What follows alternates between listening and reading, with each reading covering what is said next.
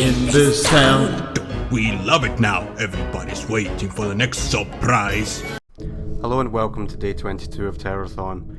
Today I would like to share with you one of the things that disturbs me the absolute most. Can you imagine not being safe in your own home? Could you imagine being trapped in your own home? Could you imagine being tortured in your own home? Today's video is called Trapped, and I'm going to share with you a couple of stories of poor souls who have been through this exact thing. I find this idea to be one of the most disturbing and fascinating ones out there in the world of real life horror, and we're going to go over a couple of cases where this happened, so warning, this video contains disturbing content. The first tale I'd like to share with you is one which you almost certainly have already heard of. Certainly people of my generation will never forget it, and it is the story of Joseph Fritzl. Joseph was born on the 9th of April in 1935 in Amstetten in Lower Austria. He met his wife Rosemarie in 1956, and together they had 3 sons and 4 daughters, including Elizabeth, who was born the 6th of April 1966. And by 1977, when Elizabeth was just 11 years old, she was already being molested by her father Joseph, and this continued until the age of 18. At this point, Joseph had converted the family basement into a makeshift prison for Elizabeth, and finally, when the final piece of the puzzle was to be put in, the door, he lured her down there and effectively made her seal her own tomb. He then proceeded to knock her out with ether and threw her into the prison. To cover up his tracks as to his daughter's disappearance, he would force her in this prison to write letters explaining her whereabouts, which would usually involve joining a cult. Joseph would visit her downstairs a minimum of 3 times a week to bring her supplies and food and rape her, and she bore several of her father's children while down there, one of whom died shortly after birth, and 3 others were brought upstairs to live with Joseph and Rosemarie. Joseph apparently had very plausible explanations as to why 3 of his grandchildren had just turned up on his doorstep. In order to expand their prison, he forced Elizabeth and her children to dig dirt with their bare hands for years, because he planned to continue raping Elizabeth and forcing her to have his children, so the prison would need to be bigger. The prison had a television, a toilet, a radio, a VHS player, some books, but even the ceiling was too small for them to stand upright, and Elizabeth's children throughout all their captivity did not see sunlight one single time.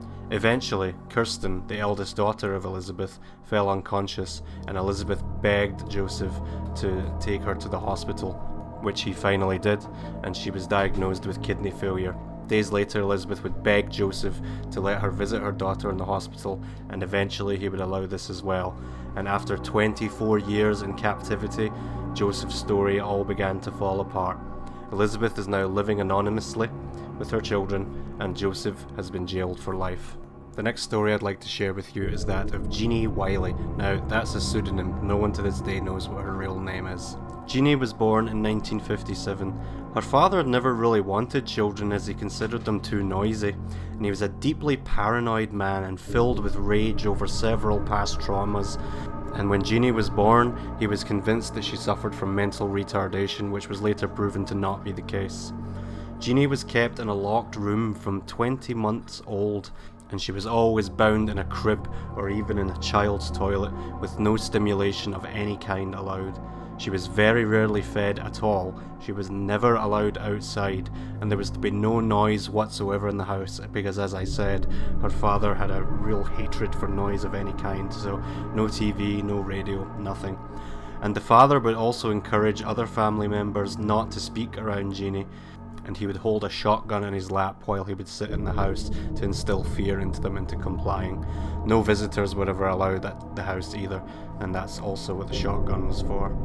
Jeannie was subject to severe beatings for even speaking, and although there was no proof of it, it was quite clear that she suffered severe sexual abuse at the hands of her father as well. It all culminated when her parents had a violent argument wherein her mother threatened to walk out, and so the father finally allowed them to leave the house. The mother went to claim disability benefits, but because of her blindness, which had also prevented her from properly protecting her daughter, she accidentally walked into the General Social Services office instead, and they immediately noticed something was wrong and took action, and so Jeannie was finally freed from this hell at age 13. When admitted to hospital, she was discovered to have severe developmental problems due to her isolation and lack of stimulation, and to this day, now that she's about 66 years old, she still has not fully recovered from this event and still struggles to communicate and on any level with anyone else. How the human mind can even conceive of doing such a thing to your own children beggars belief, and I really hope that these poor souls are finding as much peace as they possibly can after going through these traumatic events, and their sacrifice certainly helps us to remember just how lucky we really are. See you tomorrow.